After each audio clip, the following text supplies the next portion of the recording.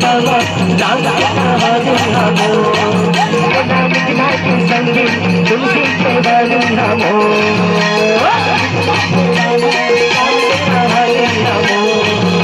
राम राम, जय जोहार, जय छत्तीसगढ़ संगवारी हो। इंडियन यदु ब्लॉग में आप जम्मू संगवारी मन के स्वागत है। और संगवारी हो, अभी जो है थोड़ा देर बाद हमारा भागवत स्टार्ट हो गया है। अभी 2:30 बज गए लगभग। हम तैयार हो गए हैं, नहीं तो कपड़ा वगैरह पहन रहे हैं। और संगवारी हो, ये गांव में ना थोड़ा से नेट के प्रॉब्लम है सर्वर के, तो वीडियो एडिटिंग करने में जो है बहुत ज़्यादा प्रॉब्लम आते हैं। एक बार में और वीडियो बना चुके हैं इस चीज़ में। मैं रात की कल 1:30 बजे तक जो है ना जगे हूँ। ओकर बाद जो है ना वीडियो एडिटिंग करे में लगभग 12:30 से 1:30 बजे के बीच। ओकर बाद सो में काहे दिन मानना नहीं तो एकदम चलते नेट है, तो बिना नेट के जो है एडिटिंग नहीं हो पाया। उसके बाद यूट्यूब में अपलोड भी करने लगते हैं, तो एक लिए जो है बहुत टाइम लग जाते। तो एडिटिंग वगैरह जो है अच्छा से हो नहीं पाते। ओकर लिए मैं माफ़ी चाहता हूँ आप मन से। और आप मन पूरा आनंद ले भागवत कथा के जितना भी मैं वीडियो डाला था देकर। और यही आशा उम्मीद के साथ जो है आज के ब्लॉग के अपन जो है मैं शुरुआत करता हूँ। मोर चैनल लाइक शेयर और सब्सक्राइब करे पर झन भूलो। धन्यवाद। जब नाद हम करते हैं तो गरुड़ जी के पंख हिलने लगते हैं और वहां से वेद ध्वनि होती है। तो यदि घंटी को बजाकर आप जो भी भगवान को अर्पित करें ना, वहां आपको अलग से मंत्र पढ़ने की कोई आवश्यकता नहीं होगी, क्योंकि आपके उपलक्ष्य में वह गरुड़ की जो घंटी है वह वेद ध्वनि करेगी। इसलिए आज भी बंगाल में पूजा का विधान है, चाहे भगवती की जब दिव्य आराधना की जाती है तो जो माँ के सेवक होते हैं वो हाथ में घंटी लिए ही माँ की आराधना करते हैं। मंत्र का उच्चारण करने वाले तो मंत्र का उच्चारण करते हैं, लेकिन जो पुरोहित वहां विराजित रहते हैं वह घंटी बजाकर ही माँ की सेवा करते हैं, क्योंकि भगवान गरुड़ के पंखों से वेद ध्वनि निकलती है। इसलिए घर में घंटा और शंख अवश्य ही होना चाहिए, और केवल ला के रखने तक नहीं, उस घंटी का प्रयोग, उस शंख का प्रयोग भी उनको आना चाहिए।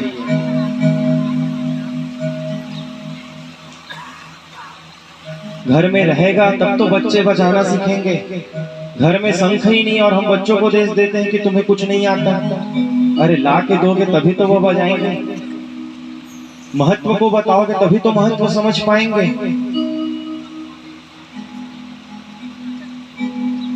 तो कहते हैं ऋषि के आश्रम में शंखनाद होता था, घंटे की ध्वनि गुंजायमान होती थी, वेद की ध्वनियां, भगवती की स्तुति वहां की जाती थी। एक समय की बात, वह सूरत नाम का राजा पर होती है।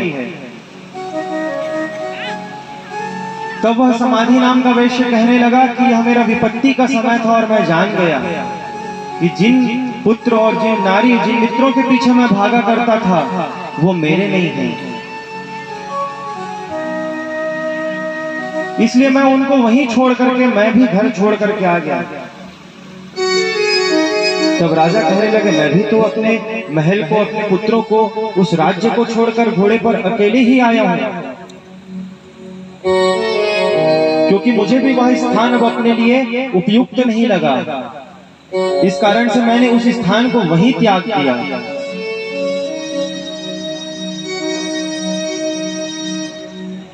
दोनों दुखी मन से वहां बैठकर विचार करते रहते हैं। तब सूरत नाम का राजा कहता है कि हे समाधि, यदि तुम चाहो तो मेरे साथ ऋषि के आश्रम पर चलो। वह सुमेधा नाम के जो ऋषि हैं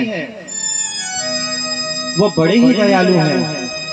उन्होंने मुझे अपने आश्रम में रहने का स्थान दिया, और ना केवल रहने का स्थान बल्कि नित्य मेरे मन की जो शंकाएं हैं उसको अपने भगवत भजनों से दूर करते हैं। समाधि, यदि तुम चाहो तो तुम मेरे साथ चलो।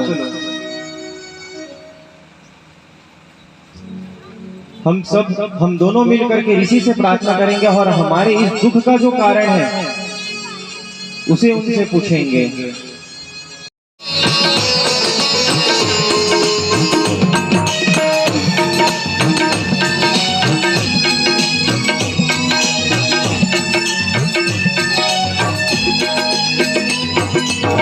सारा जग है एक बलिदाना, सारा जग है एक बलिदाना, सबकी मंजिल तेरा सहारा, सबकी मंजिल तेरा मेरा सहारा।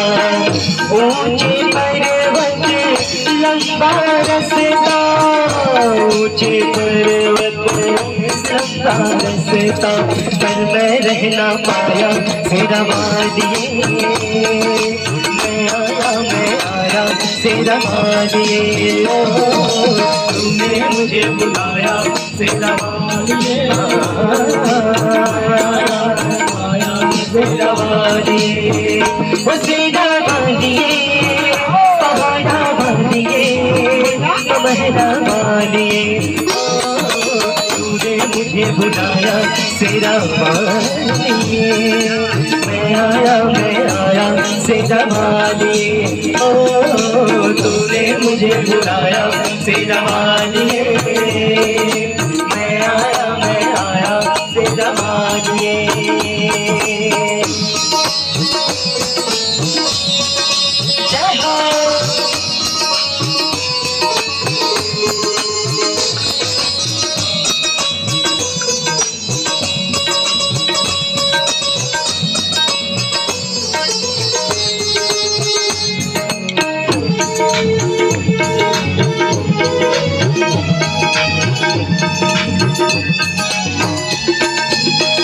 हमारे मन से होते हुए वह हमारे भीतर प्रवेश कर जाता है। इसलिए कहा गया कि बच्चों का जो मन है बहुत ही जल्द आप भगवान को प्राप्त कर लेंगे। और बचपन में तो हम बच्चों को पढ़ाई में लगा जाओ और अनंत तक अपने राज्य को प्राप्त करो,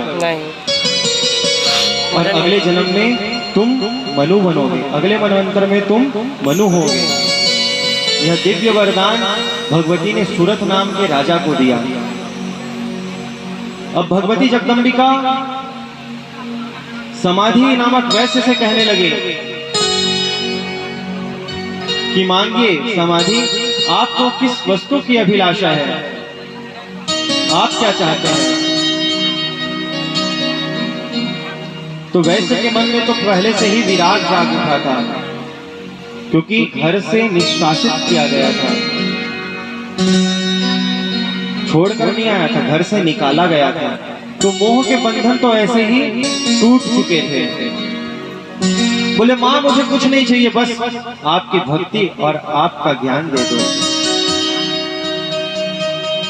तब माँ कहती कार्य करता है कि ऐसा कोई ना कोई कार्य ऐसा करूं जिससे मुझे फिर से बलशाली पुत्र प्राप्त हो, और वह जाकर के मेरे इस पुत्र के मृत्यु के बदले को इंद्र से ले। ऐसा मन में विचार कर वह त्वष्टा नाम के प्रजापति अथर्ववेद के मंत्रों से अग्निदेव की स्तुति प्रार्थना कर अनेक प्रकार के यज्ञों के साधनों को एकत्रित कर 8 रात्रि तक के दिव्य यज्ञ को करते हैं, और कहते हैं जैसे ही 8वें दिन यज्ञ पूरा होता है, यज्ञ में पूर्णाहुति दी जाती है, उस यज्ञ मंडल से एक दिव्य पुरुष की उत्पत्ति होती है। वह पुरुष देखते ही देखते आकाश के समान ऊंचाई वाला हो जाता है, खूब लंबा चौड़ा वह पुरुष। बिगड़ गए तो इसे बजाते हैं। जो जैसे ही उसका प्राकट्य होता है वह हाथ जोड़कर त्वष्टा प्रजापति से कहता है कि हे पिताजी, आपने मुझे किस कार्य के सिद्धि के लिए यहाँ उत्पन्न किया, कृपा कर वह वृतांत बताइए ताकि मैं आपके कार्य को सिद्ध कर सकूं, और आपका पुत्र होना, यहाँ जो मेरा जन्म आपके पुत्र के रूप में हुआ उसे अपना मैं सार्थक कर सकूं। तो त्वष्टा प्रजापति कहने लगे तुमने मेरे वृत्त यानी कि मेरे दुख को दूर करने के लिए जन्म लिया, इसलिए तुम्हारा नाम वृत्त पड़ेगा। और चूंकि आसुरी स्वभाव वाला था, आते ही सबको दुख और हानि पहुंचाना आरंभ किया, इसलिए असुर शब्द उस वृत्त के आगे लगकर बना वृत्तासुर।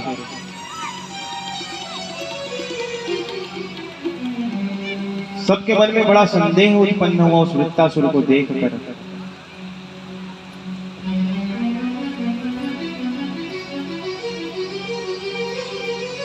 अब बोलने लगे त्वष्टा जी कि अग्नि में तपो, भगवान ब्रह्मा को प्रसन्न करो और ऐसा वर मांगना जिससे तुम्हारी मृत्यु ना हो सके।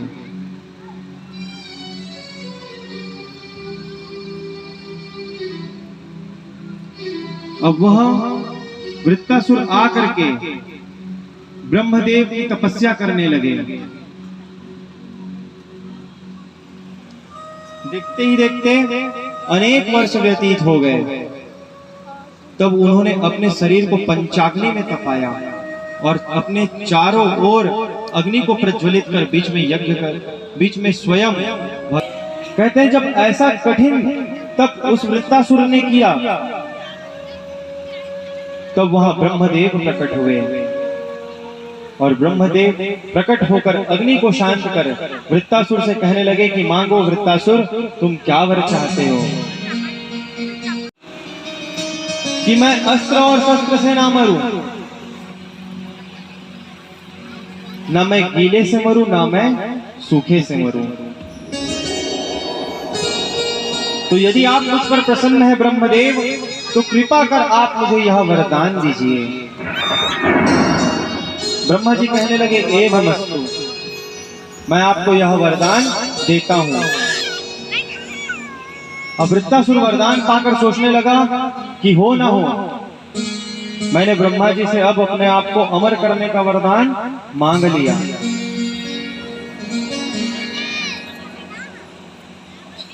वृत्तासुर आया इस धरातल पर और अनेक प्रकार से देवताओं को कष्ट पहुंचाने लगा।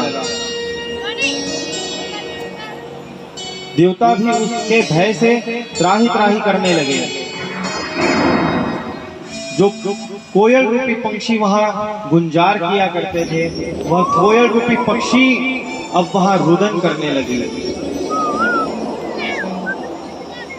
पक्षियां एकत्रित होकर एक समूह में वहां चिल्ला चिल्ला कर रोने लगी। गिद्ध, सियार आदि के भयंकर ध्वनि वहां सुनाई देने लगी।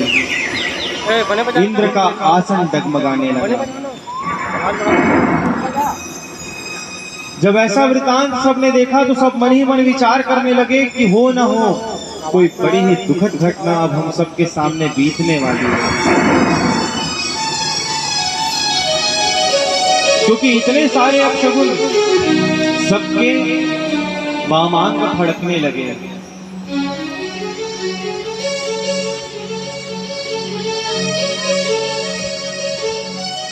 सब सोचने लगे कि जाने अब होनी क्या खेल दिखाती है। पहुंच गया। जैसे ही वृत्तासुर वहां पहुंचा, इंद्र के साथ उसका भयंकर युद्ध हुआ।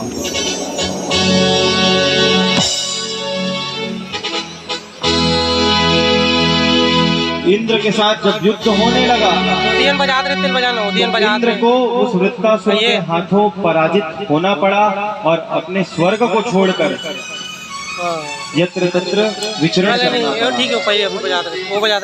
कथा आगे बढ़ती है। वृत्तासुर अब इंद्र के ऐरावत हाथी पर कब्जा कर लिया। उच्च श्रवा घोड़ा को अपने महल पर बांधना आरंभ कर दिया। अनेक प्रकार के जो रत्न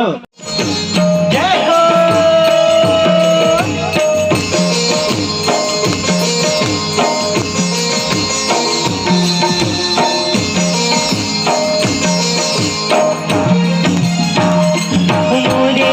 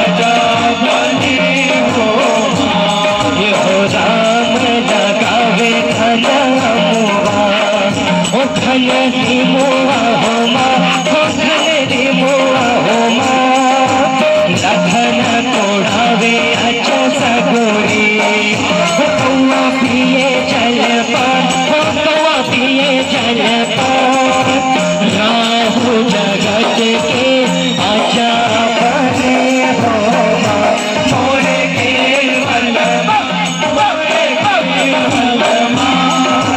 राहु जगत के आजा बने होमा। ये कीजिए, क्योंकि यदि आप कृपा नहीं करेंगे तो हम किसकी शरण में जाएं? आपको तो संहार का देवता कहा जाता है। आप जल्द ही शंखचूड़ नामक दैत्य का वध करिए। शंकर जी कहते हैं चलो भगवान विष्णु से पहले हम अनुमति लें। भगवान विष्णु के पास है और कहते हैं कि यह त्रिशूल को लेकर आप जाइए और शंकर जी प्रतीक्षा करना, बहुत ही जल्द इस त्रिशूल से आप शंखचूड़ नामक दैत्य का वध करोगे। जब तक तुलसी का पतिव्रत धर्म है, जब तक तुलसी सती है, सती नारी है,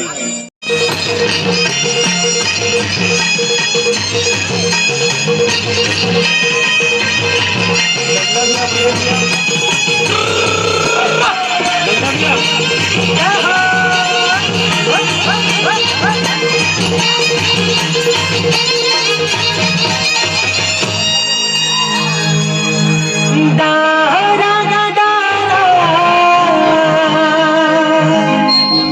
ये जमुना दारा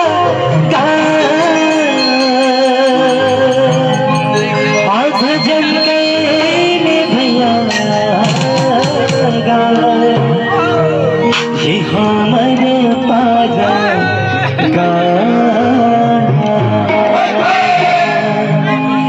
यमुना निकला के राम राम की कहानी हमो यमुना निकला के संगे तुलसी के वाणी हमो यमुना निकला के राम राम की कहानी हमो यमुना निकला के संगे तुलसी के वाणी हमो अपनी से वाणी हटा राम की कहानी हमो अपनी से वाणी हटा राम की कहानी हमो